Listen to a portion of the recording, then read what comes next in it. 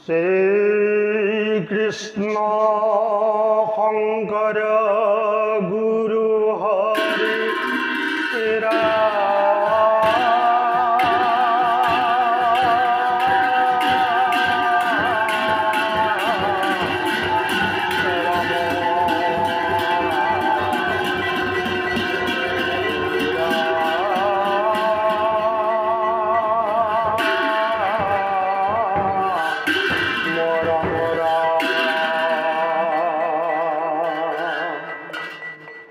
ভাগৱত প্ৰশংসা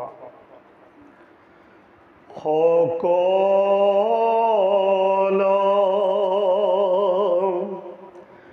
নিগম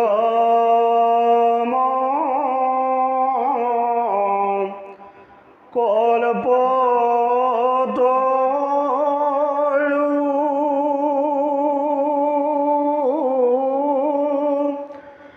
তাৰ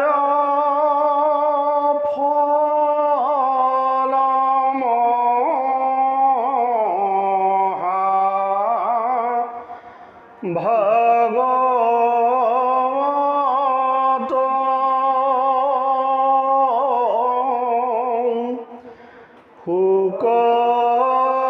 শুকমুখে আহি ভূমিত ভৈলা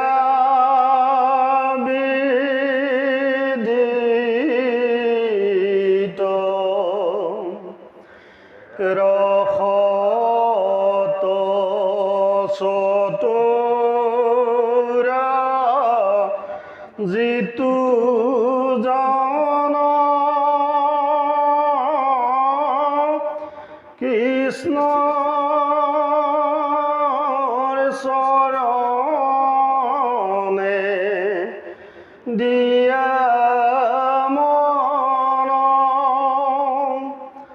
পৰম সন্তোষে পিউক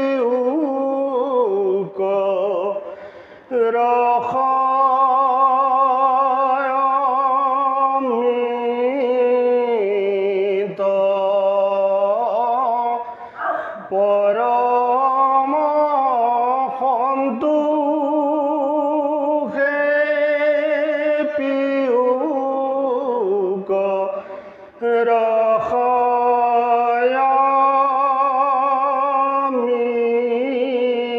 রসমৃত ধ্যানমূলম গুরু মূর্তি পূজামূলম গুরু পদম মন্ত্রমূলম গুরু বাক্যম মোক্ষমূলম গুরু কৃপা অজ্ঞানতিমিরন্ধস্য জ্ঞানম জলশলাকয়া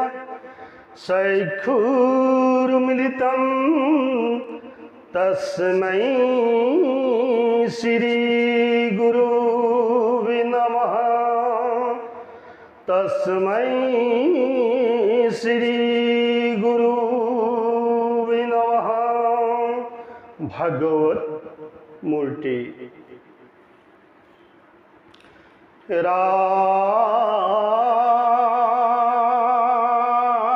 রাম প্রথম দ্বিতীয় স্কন্ধে শরণদূতৈ তৃতীয় চতুর্থে যার হুয়ে উদয় নাভিদেশে পঞ্চম হস্তকে বক্ষস্থল সপ্তমে অষ্টমে কর কমল যুগল কণ্ঠ দেখে নবম দশমে যার তুণ্ড একাদশে ললাট দ্বাদশে ভৈল মুণ্ড হেন ভাগৱতৰ মূৰ্তি মনোহৰ তমালক দিছ বৰ্ণ শ্যাম কলে ওয়ার হরে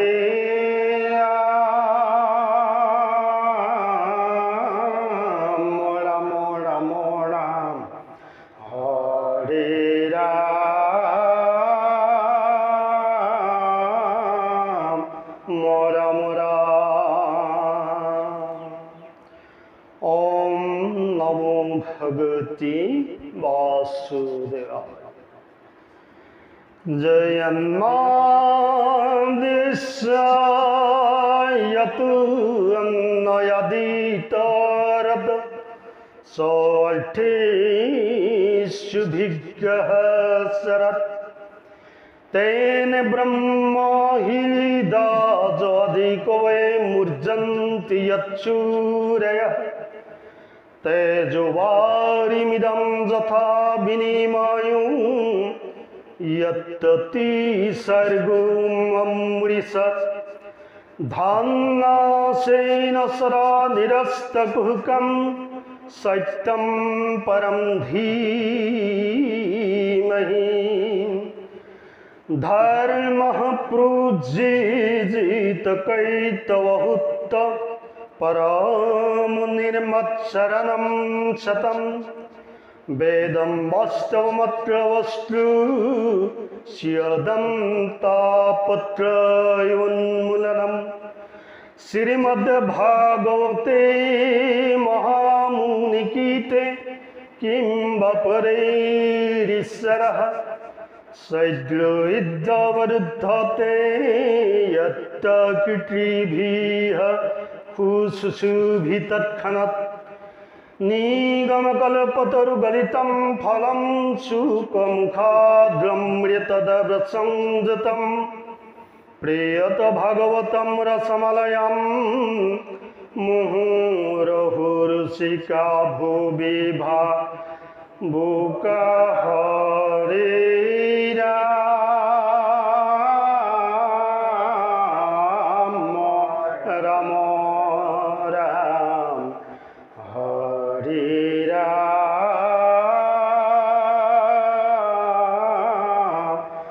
राम राम।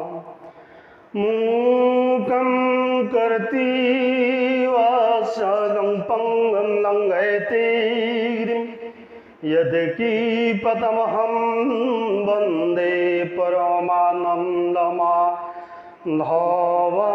हरे राम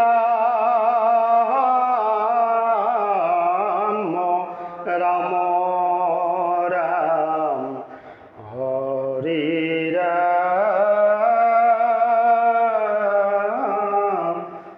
राम राम। कृष्ण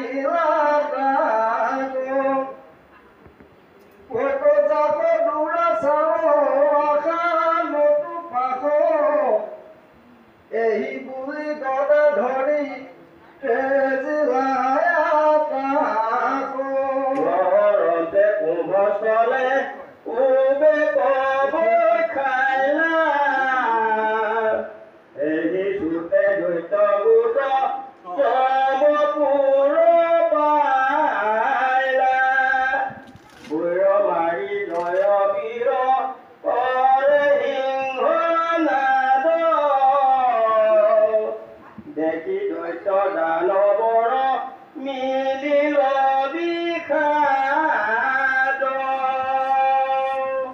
আছে দীঘ পদ দৈত্য গম পায়াও ধৰ সেদি গয়া হানে কো অসংখ্যাত হাতী হাতী সুনন্দা বেটিলা তাৰয়াগ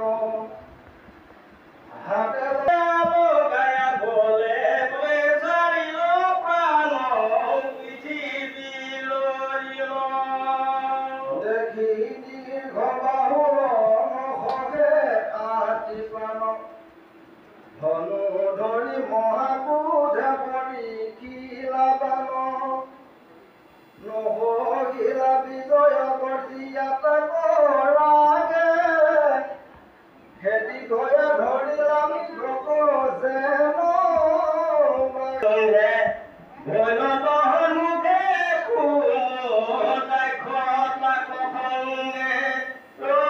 তুলি খান্দা তুলি ঘাও দিলা খেদি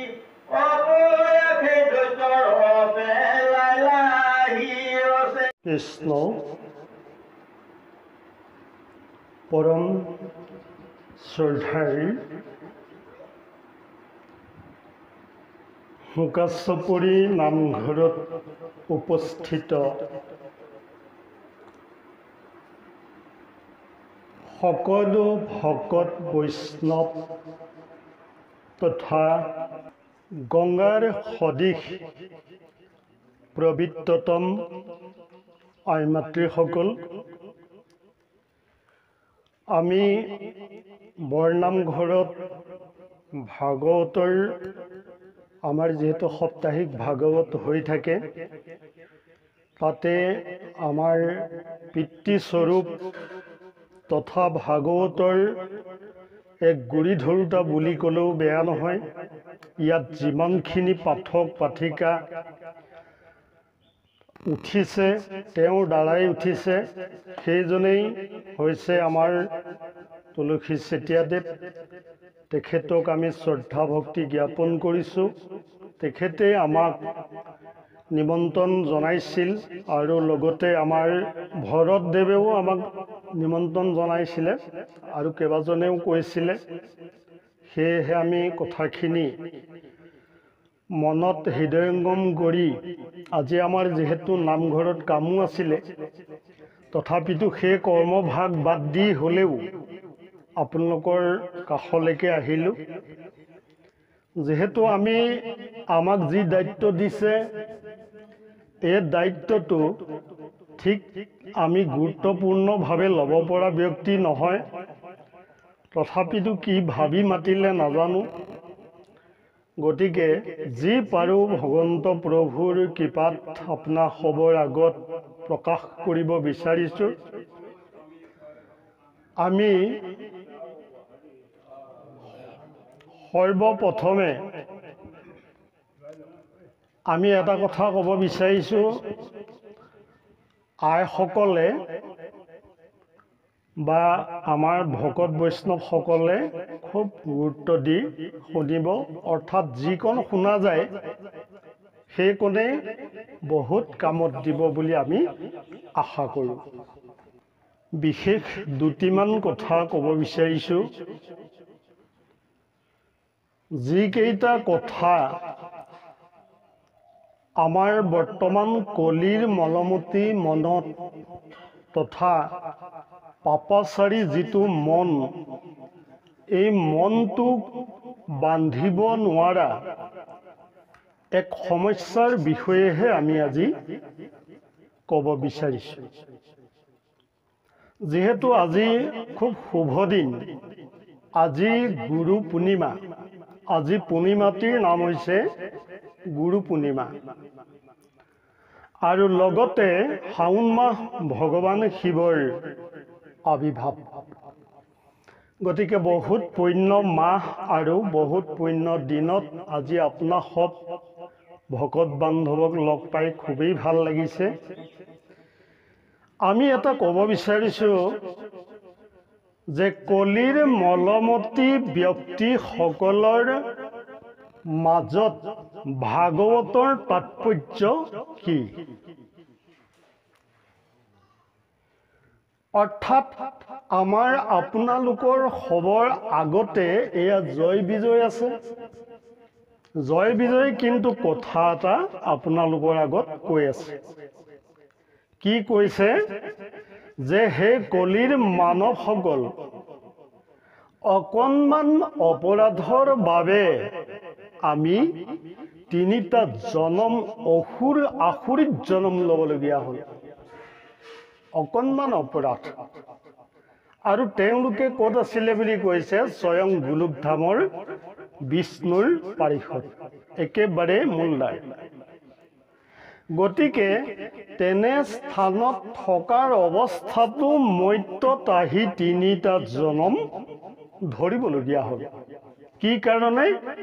অভিশাপ। অভিশাপৰ কাৰণে। বৰ ডাঙৰ কথা। আজি প্ৰায় সকলো ব্যক্তিয়ে কেৱল অভিশাপ গোটাইছে, আশীৰ্বাদ গোটাব পৰা নাই। কেনেকৈ অভিশাপ গোটাইছে আমি এইটো জানিবলগীয়া কথা। যিহেতু এওঁলোকেও গৰ্ব অহংকাৰ কৰিছিলে আমি বৈকুণ্ঠৰ পাৰিষদ, আমাৰ য'ত নেকি স্বয়ং ভগৱান আছে তাৰ পাৰিষদ হৈ আছোঁ আমি। আমাৰ কিমান বল বিক্ৰম চতুৰ্ভুজ। আচলতে আমাৰ এই দুভাগ চতুৰ্ভুজ হ'ব লাগে, দুভুজ নহয়। বৈকুণ্ঠত যিমান থাকে সকলো চতুৰ্ভুজ।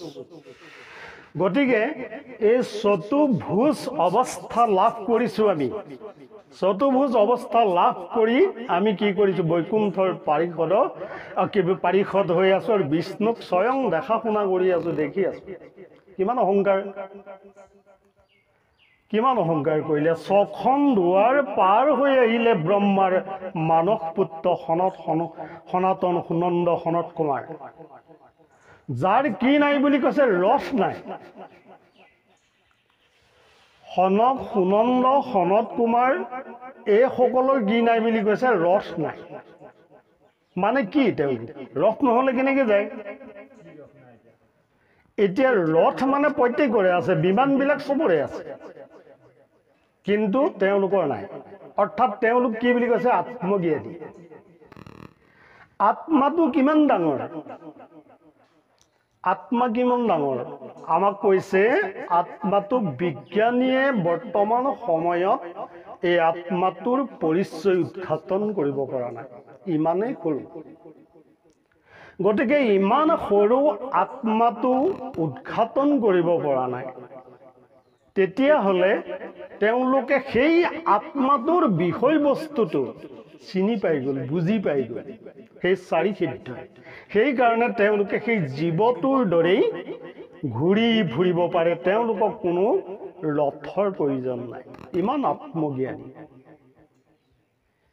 কিন্তু আমি কি?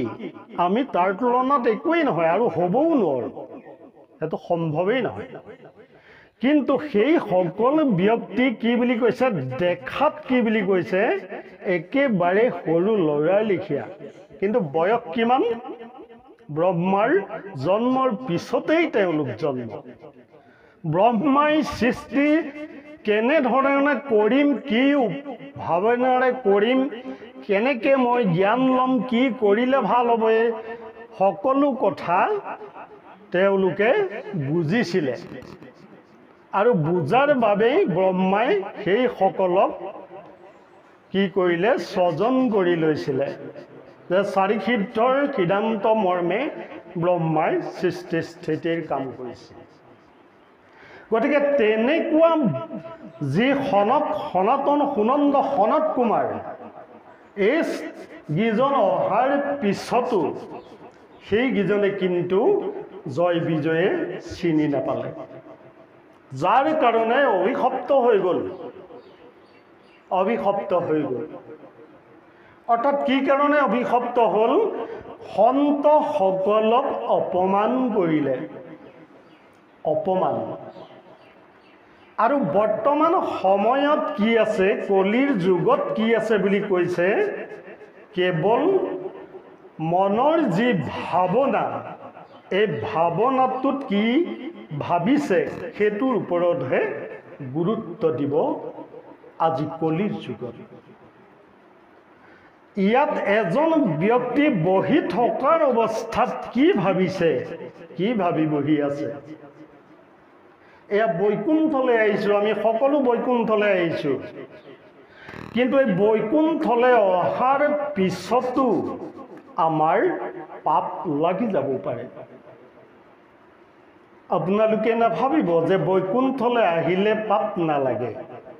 যদি আপোনাৰ মনৰ যি ভাৱনা সেইটো বহুত বেয়া হৈ যায়, তেতিয়াই পাপটো লাগি যাব। নেদেখাকে লাগে যে মানুহ মাৰিলেহে পাপ বা জীৱ জন্তু মাৰিলেহে পাপ, এনে কোনো কথা নহয়। আপোনাৰ ভাৱনাটোক যদি ইয়াত কোনোবা এজনক দেখি বহুত বেয়া লাগি আছে বা ওচৰত থকাজনকে আপুনি বহুত বেয়াকৈ ভাবি আছে, সেইটো এটা পাপ বুলি কৈছে। সেইকাৰণে কৈছে যে বৈকুণ্ঠ মানে কি? বৈকুণ্ঠৰ শব্দৰ অৰ্থ কি? য'ত ঈৰ্ষা, হিংসা, অপ্ৰিয়া, পৰচৰ্চা, পৰনিন্দা, পৰহিংসা, একো বেয়া বস্তুটো একেবাৰেই নাই, অৰ্থাৎ কুণ্ঠাবোধ নাই, সেইটোৱেই কৈছে বৈকুণ্ঠ। আৰু এই বৈকুণ্ঠ নগৰীত যদি আমি আহি বেয়া ভাৱনাবিলাক লওঁ, তেতিয়াই কিন্তু পাপ লাগে। আৰু এই পাপটো গোপনে যিটো পাপ সাঁচি ৰখা যায়, এই পাপটো ক'ত স্বীকাৰ কৰিব লাগে বুলি কৈছে? স্বয়ং যম ৰাজ্যত স্বীকাৰ কৰিব লাগিব। কিন্তু আমি ইয়াত দেখাচাৰ হিচাপে যিখিনি পাপ কৰোঁ, এই পাপটো কি হয়? আমাৰ ব্যক্তিসকলে দেখা পায় তেওঁক বহুত বেয়া কাম এটা কৰিলে, গতিকে তেওঁক মাতি আনি নামঘৰত বা কোনোবা এটা স্থানত তেওঁৰ পৰা দক্ষিণা লয় বা দণ্ড ভৰাই, তাৰপিছতে ব্ৰাহ্মণ সজ্জন লগাই তেওঁক উদ্ধাৰ কৰে।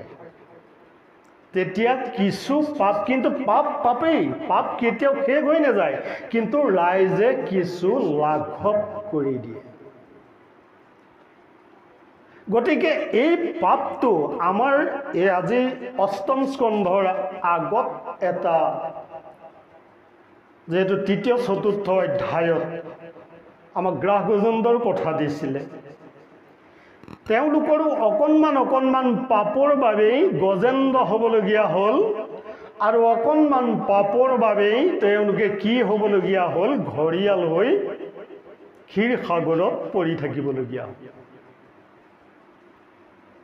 আৰু এই প্ৰকাণ্ড তিনিটা কি আছিলে বুলি কৈছে? পৰ্বত আছিলে, ত্ৰিকুট পৰ্বত।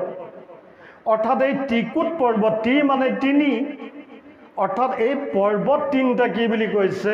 সত, ৰজ, তম। আমাৰ প্ৰত্যেকৰে লগতে আছে। আৰু এই সত, ৰজ, তম, এই গুণ তিনিটাৰ মাজতে আমাৰ হৃদয় আছে, আৰু এই হৃদয়খনক কি বুলি কৈছে? ক্ষীৰসাগৰ। ইয়াত যেতিয়ালৈকে আপোনাৰ সদ্ভাৱনা নাহিব, যেতিয়ালৈকে আপুনি সকলোকে দেখি হাঁহি নামাৰিব, তেতিয়াই জানিব আপোনাৰ এই ক্ষীৰসাগৰখন গোটেই হস্তীবিলাকে যেনেধৰণে ঘোলা কৰি পেলালে, হাতীবিলাকে ক্ষীৰসাগৰ নষ্ট কৰি দিয়া নাই জানো? গোটেই ঘোলা কৰি দিছিলে, আৰু ঘোলা কৰি তাত কি আছিলে? পদুম আছিলে, স্বয়ং ভগৱন্ত পদৰস। আৰু সেইখিনিও নষ্ট কৰি পেলালে। কিয়? অৰ্থাৎ আমাৰ এই হৃদয়খন কি বুলি কৈছে? ক্ষীৰসাগৰ, পবিত্ৰ। কিন্তু এই পবিত্ৰ সাগৰখনত আমি নিজে নিজে অপবিত্ৰ কৰিছোঁ। খাদ্য কি খাইছোঁ এবাৰ ভাবক। আমি নিজক নিজে ভাল নাপাওঁ, আনক ভাল পোৱাটো কি কথা থাকিব পাৰে? এই শৰীৰটো ইয়াত কি আছে? সেই পৰমাত্মা আছে, যাৰ কাৰণে আজি আমি কথা কৈ আছো। নতো ক'ব পাৰিলোহেঁতেন জানো? আমাৰ খাদ্য আছিল নে? কিন্তু সেই পৰমাত্মাক আমি কি দিব লাগে, কি খাব লাগে? আমি নামঘৰত ভোগ দিওঁ যে প্ৰভু জন্ম হ'ব, এতিয়া ভোগ এভাগ আগ কৰোঁ। কিন্তু আমাৰ হৃদয়ত জন্ম হোৱাটো আমি জানো ভাবিছোঁ? ভগৱান জন্ম ক'ত হ'ব লাগে? আমাৰ হৃদয়ত। এই হৃদয়ত ভগৱান থাকিব লাগে। কিন্তু এই হৃদয়খন পবিত্ৰ ক্ষীৰ সাগৰ হ'লেহে থাকিব ভগৱান। যদি পবিত্ৰই নহয় তেতিয়া ভগৱান থাকিব জানো? অৰ্থাৎ ভগৱান গ্ৰস্ত স্বৰূপে আমাৰ লগত আছেই। কিন্তু জাগৃত কৰিবৰ বাবে আমি কি কৰিব লাগে? তেওঁ কৃপা পাবৰ বাবে আমি কি কৰিব লাগে? খাদ্যৰো সংস্কাৰী হ'ব লাগে। যিসকলে ব্যক্তিয়ে খাদ্যৰ কোনো সংস্কাৰী হোৱা নাই, অৰ্থাৎ এই অপবিত্ৰ হৈ থকা এই যি ক্ষীৰ সাগৰ নষ্ট কৰি দিয়া, এই যি ঘোলা পানীৰ দৰে হৈ থকা আসুৰিক শক্তি লাভ কৰা এই ক্ষীৰ সাগৰখন পৰিষ্কাৰ কৰিবৰ কাৰণে আমাক কি দিছে? এটা ফিল্টাৰ। সেই ফিল্টাৰটো কি? ভাগৱত। ভাগৱত ফিল্টাৰ স্বৰূপে দিছে আৰু ভাগৱতক দাপোন স্বৰূপে দিছে। আমি এনেকে যেতিয়া আইনাখন চাওঁ, স্পষ্টভাৱে যেতিয়া আমাৰ শৰীৰটো আমি দেখোঁ, তেতিয়াই আমি পৰিষ্কাৰ বুলি গম পাওঁ যে আমি পৰিষ্কাৰ, সুন্দৰ হৈ আছোঁ। যদি আইনাখনত ময়লা লাগি থাকে তেতিয়া আপোনাৰ ৰূপটো দেখিব না সুন্দৰকৈ? আৰু ময়লাটো আপুনি গুচাব লাগিছিলে যদি চাই, কিন্তু ময়লাটো কিয় নুগুচালে? কাৰণ আপুনি অজ্ঞানী। অজ্ঞানী এই সংসাৰখনত আমি আছোঁ, আৰু এই অজ্ঞানী সংসাৰখনত থকাৰ বাবে আমাক দাপোন স্বৰূপে আমাক কি দিছে? ভাগৱত দিছে। চাই লোৱা, স্পষ্টকৈ দেখিবা। আৰু কি লাগিব? এই হৃদয়খন যেতিয়া পৰিষ্কাৰ কৰি ল'ব পাৰিবা, তেতিয়াই তুমি কি দেখিবা? স্পষ্টকৈ তোমাৰ মুখখন দাপোনত দেখিব পাৰিবা। আৰু সেইটোৱেই কি? সকলোকে সমান দেখা। সেইটোৱেই সকলোকে ব্ৰহ্মময়ী দেখা। আজি নামঘৰত বহি থাকোঁতে আপোনালোকে চাব, বা বেলেগ কোনো অনুষ্ঠানতেই হয়, ৰাস্তাতেই হয়, ঘাটতেই হয়, বাটতেই হয়, কোনো এজন ব্যক্তি কেনেকুৱা এটা মুডত থাকে, যেন দেখি মাতিম নে নামাতিম ভয় লগা নিচিনা হৈ থাকে। হয় নহয় বাৰু? দেখিলে ভয় লাগে যে মাতিম জানোচা, মোক কিবা বেয়াকৈ কৈ দিব। এনেকুৱা এটা ৰূপত সকলোবিলাক আজিকালি আছে। মানে কি? তেওঁৰ হৃদয়খন অপবিত্ৰ, যাৰ বাবে তেওঁৰ ঘৰৰ সকলো সমস্যা সমাধান কৰিব পৰা নাই, আৰু লগে লগে তল মূৰ কৰি বহি থাকে, আৰু কাৰোবাক দেখিলেও খং উঠি থাকে। কিয়? তেওঁ ঘৰখন চিজিল কৰিব নোৱাৰিলে। আজি ঘৰ প্ৰত্যেক গৃহস্থী আশ্ৰমত এটা কথা দেখা যায়। কি দেখা যায়? যে এজন এজন ব্যক্তিয়ে ঘৰেই গুচি যাম বুলি কৈ দিয়ে। নাথাকোঁ মই ঘৰত, গুচি যাম বেলেগলৈ, তহঁতি কেনেকৈ চলাই থাকিবি? কয় নাপায়? কি কাৰণে কয়? কাৰণ তেখেতৰ যি পৰিশ্ৰম, এই পৰিশ্ৰমটোৰ মৰ্যাদা হানি কৰিছে।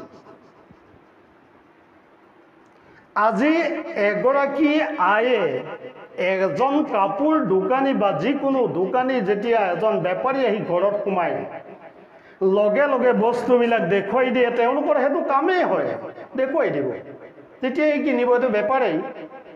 আৰু এই আইসকলে স্বামীৰ কথা এবাৰ ভাবেনে বাৰু? যে কিমান কষ্ট কৰি আনি দিছে, কেনেকৈ চলিছোঁ আমি, কি পৰ্যায়ত আছোঁ আমি, গতিকে সেই মানুহজনক চিনি নাপায়। এইটো কি বুলি কৈছে? গুৰু নিন্দা। গুৰু নিন্দা। আইসকলৰ গুৰু স্বামী গুৰুৰ বাহিৰে কোনো ঈশ্বৰ সাধন কৰিব নালাগে। ঈশ্বৰ সাধন কৰি আপোনালোকৰ কোনো লাভ নাই। আপোনালোকে সাধন কৰক কেৱল সেই পৰম দেৱতা স্বৰূপ স্বামী। স্বামীৰ প্ৰতিটো বাক্য মানক, তেতিয়া স্বামীয়ে আপোনালোকক মৰম কৰিব, দয়া কৰিব, যে ইমান কষ্টৰে মই ধন গতি থলোঁ, যে মোক নুসুধাকে পত্নীগৰাকীয়ে কিন্তু এটা সামান্য বস্তু কিনা নাই। তেতিয়া মৰম লাগিব নাই স্বামী? আৰু মৰম লাগিলে সেই ঘৰখন ক্ৰমান্বয়ে সুন্দৰ হৈ গৈ থাকিব নাই? দুইটাৰ মাজত বুজা পৰা থাকিব। প্ৰকৃতি পুৰুষ হৈবা একমতি, তেহে সিজিব হৰিত ভকতি। এইটো কৈছে। যিহেতু দুইজন বস্তু এটা হ'ব লাগিব, এইটো বাহ্যিক জগতৰ কথা কৈছোঁ, যে দুইজন ব্যক্তি যদি একে হয়, তেতিয়া একে মনৰ হয়, একে স্বভাৱৰ হয়, তেতিয়া সেইখন ঘৰ কি বুলি কৈছে? তীৰ্থলৈ পৰিণত হ'ব।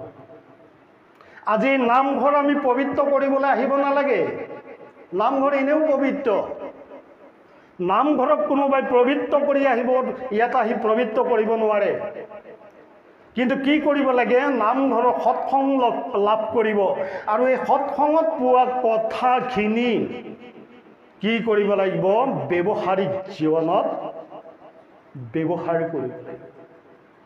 আজি আমি কিমানে শুনিছোঁ, ভাগৱত কথা কিমানে শ্ৰৱণ কৰিছোঁ, কিমানে বুজিও পাইছোঁ সুন্দৰকৈ, ক'বও পাৰিছে সুন্দৰকৈ, কিন্তু কি কৰিছে? নিজে কৰি পোৱা নাই।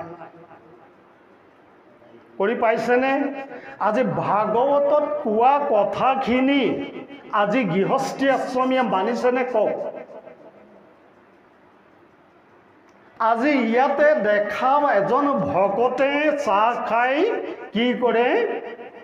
ঘটিটো অকণমান দেৰিকৈ আনিলেও গালি পাৰে, তই দেখা নাই নেকি মই চাহ খাই হৈ গ'ল, ইমান পৰে ঘটিটো দিব পৰা নাই। কিন্তু ঘৰত সেইজন ব্যক্তিক যদি আপুনি পৰীক্ষা কৰে, সেইজন ব্যক্তিয়ে ঘৰত চাহ খাই কেতিয়াও মুখ নোধোৱে। এই কথাটো মই বহুততে কওঁ। কিয়? এইটো যদিও অপ্ৰিয়, ই সত্য কথা। এনেকুৱা বহু কৰ্মই কৰি ফুৰিছে আজিৰ মানৱে। গতিকে কি কৈছে? আজিৰ যি আইধা, গোটেইখিনিতো ক'ব নোৱাৰি, তথাপিতো সময় কম। যিহেতু প্ৰসাদ আহিলে মনটো এতিয়া প্ৰসাদলৈহে যাব। প্ৰসাদটো ভাগিলেই আৰু এতিয়া মন। গতিকে মন ভগাৰ পিছত আৰু কথা কোনো কামত নিদিয়ে। এইটোৱেই এটা পৰীক্ষা, এইটোৱে পৰীক্ষা। এতিয়া এটা চাব যে আমি বহু দীঘল দীঘল 3 লাইনমান ভকত বহি থাকোঁ অখণ্ড ভাগৱতৰ আগত প্ৰসাদ লৈ। আজ্ঞা নিদিয়েলৈকে নাখায়। কিয় নাখায়? অৰ্থাৎ এইখিনিতে এটা প্ৰমাণ হয় যে ভকতৰ ধৈৰ্য কিমান ধৈৰ্য আছে।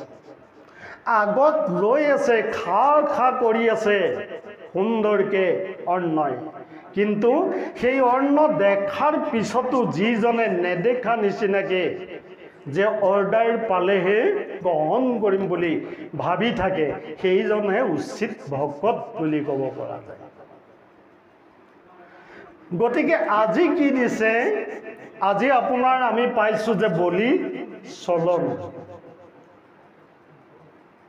দেৱতাৰ আৰু দানৱৰ পিতৃ মাত্ৰ এজন, কাশ্যপ ঋষি, আৰু তেওঁলোকৰ কেইবাগৰাকীও পত্নী আছে। যদিনো দুগৰাকী পত্নী মূলত আছে, সেই দুগৰাকী হৈছে দিতি আৰু অদিতি। দিতিৰ পৰা দৈত্যবিলাক জন্ম হৈছে, আৰু অদিতিৰ পৰা দেৱতাসকল জন্ম হৈছে। এই কথাখিনি আমাৰ প্ৰায় সকলোৱে জানে, কিন্তু অদিতিয়ে যে দেৱতা জন্ম দিব পাৰিলে, দ্বিতীয়ে কিয় দৈত্য জন্ম দিলে, এই কথাখিনি বহুতেই মূল্যৱান আছিলে, কিন্তু সময়ৰ নাটনিত ক'ব নোৱাৰি। তথাপিতো সামান্যভাৱে আমি কৈছোঁ যে দ্বিতীয় সন্তানবিলাক বিচাৰিছিলে কেতিয়া? সন্ধিয়াৰ সময়ত। সন্ধিয়া সময়ত, যিটো কাল সন্ধিয়া বুলি কয়, যিটো ছায়ো সন্ধ্যা বুলি কয়, এই সন্ধ্যা সময়ত ভূত প্ৰেত এইবিলাক জীৱ ঘূৰি ফুৰে, আৰু এই সময়ত যি সন্তান জাত দিয়ে সেইবিলাক দৈত্য নহয়, কিবা হ'ব জানো? দৈত্যই হ'ব। আৰু যাৰ কাৰণে দ্বিতীয়ে এক ভয়ানক দৈত্য জন্ম দিলে, হিৰণ্যকশিপুৰ আৰু হিৰণ্যাক্ষ। এই কথাষাৰ কিন্তু কাশ্যপ ঋষিয়ে আগতেই কৈছিলে যে তুমি সন্ধিয়া সময়ত, মই যজ্ঞ কৰাৰ সময়ত এই কথাটো কিয় ভাবিলা দিতি? এইটোতো ভাবিবলগীয়া কথা নাছিলে। এই সময়তো যি সন্তান জন্ম হ'ব, ই দৈত্য হ'ব, ই আমাৰ গোটেই সমংকে নষ্ট কৰি দিব। ইমানকে বুজনি দিয়াৰ পিছতো দ্বিতীয়ে কিন্তু নামানিলে। জন্ম দিবই লাগিব, মোৰ এই সময়টোতে জাত দিবই লাগিব, মোৰ সন্তান জন্ম হ'বই লাগিব বুলি কয়। যাৰ কাৰণে এনেকুৱা ভীষণ দৈত্য জন্ম দিলে। এইটো মনৰ এইটো ভাৱনা। গতিকে আমাক কৈছে কি, 12 বজাৰ আগৰ যিখিনি সন্তান জন্ম হয় এইখিনি কিন্তু এক আধ্যাত্মিক সন্তান জন্ম নহয়। আধ্যাত্মিক সন্তান জন্ম হ'বলৈ হ'লে আমাক শাস্ত্ৰই কৈছে যে 12 বজাৰ পিছত ক্ষণ গণি, আৰু দুয়োৰে মাজত প্ৰহ্লাদক জন্ম দিয়াৰ দৰে নাৰায়ণ নাম উচ্চাৰণ কৰি যি জন্ম দিব পাৰে, সেইজনেই দেৱলোকৰ পৰা সন্তান আহিব। আৰু সেই সন্তানে আপোনাক গোটেই ভূত ভৱিষ্যত সকলোকে মাংগলিক কৰি দেখুৱাব, সকলোৱে প্ৰিয়পাত্ৰ হ'ব।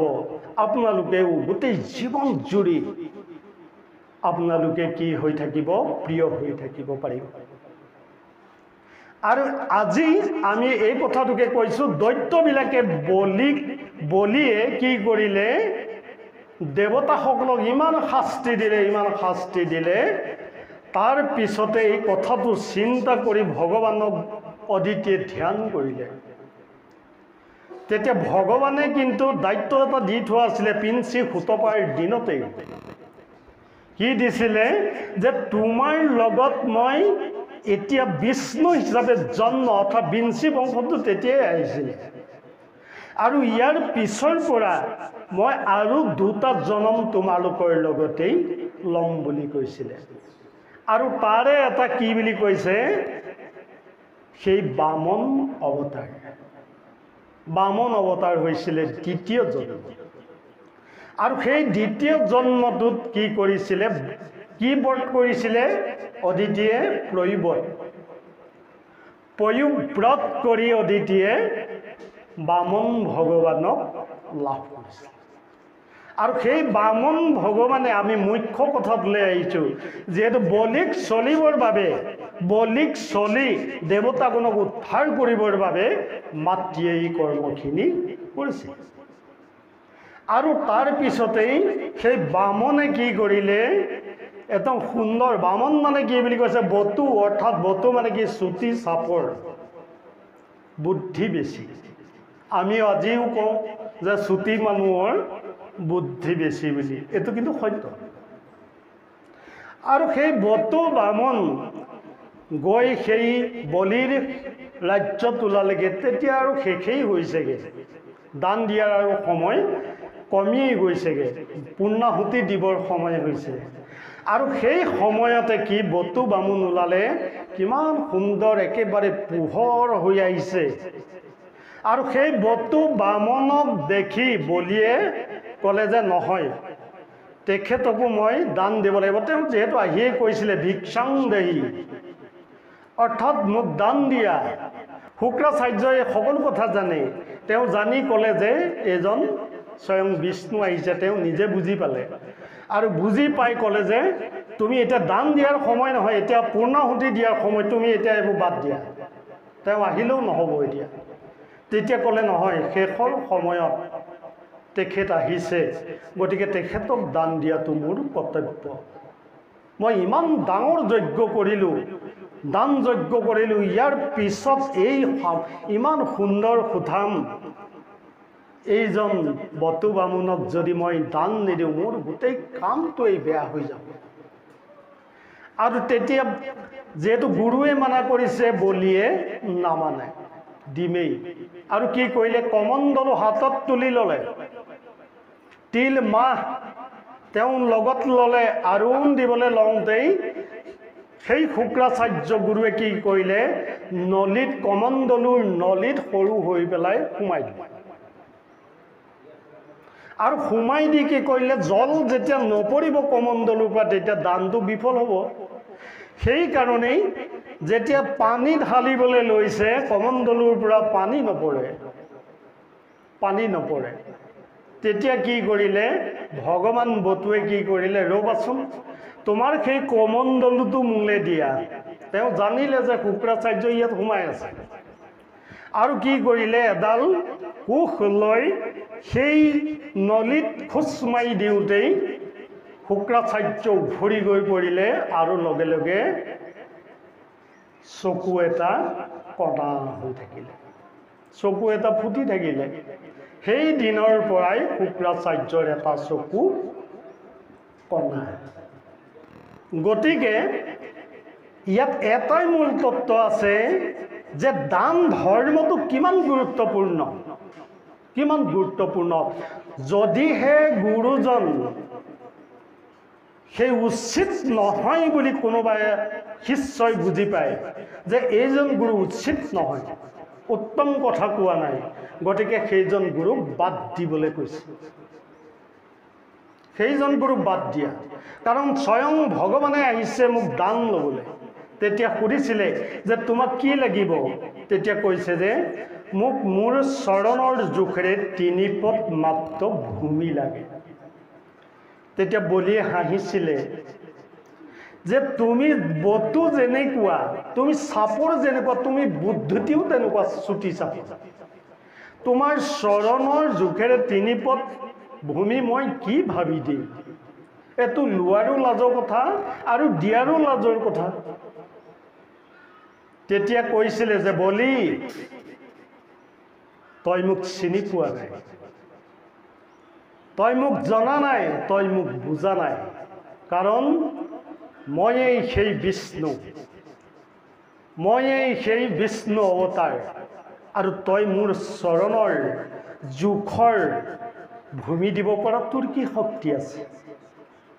আৰু তই যে দান দিম বুলি কৈছ, যে মই বলিয়ে কৈছিলে যে মই যাক এবাৰ দান দিওঁ সি আৰু জীৱনত দ্বিতীয়বাৰ কোনো দান বিচাৰিব নালাগে। তই দান ক'ৰ পৰা দিবি? দান ক'ৰ পৰা দিবি? গোটেই বিশ্ব ব্ৰহ্মাণ্ডৰ গৰাকীয়েই মই, মোৰেই সকলো বস্তু, আৰু তই দান দিবলৈ বুলি তই ক'ৰ পৰা আনিবি? সেইকাৰণেই নাগপাশে বন্দী কৰিছিলে যে তোৰ অপৰাধ হৈছে, তোৰ অপৰাধখিনি ক্ষমা কৰিবৰ বাবেহে মই নাগপাশে বন্দী কৰিছোঁ। অৰ্থাৎ কি, দান ধৰ্মটো সদায় মুক্ত হস্ত হ'ব লাগে, কেতিয়াও আশা কৰিব নালাগে। যিহেতু পিণ্ড দিয়াৰ পিছত বামুণেও কয় যে পিছলৈ আৰু ঘূৰি নাচাবা। কিয় কয়? অৰ্থাৎ এইটো কাৰণেই কয় যে তুমি চালে আশা থাকিব, আশাটো নকৰিবা, আশা কৰিলে বেয়া হৈ যাব। তাৰ বাবেই এনেধৰণে কৈছিলে।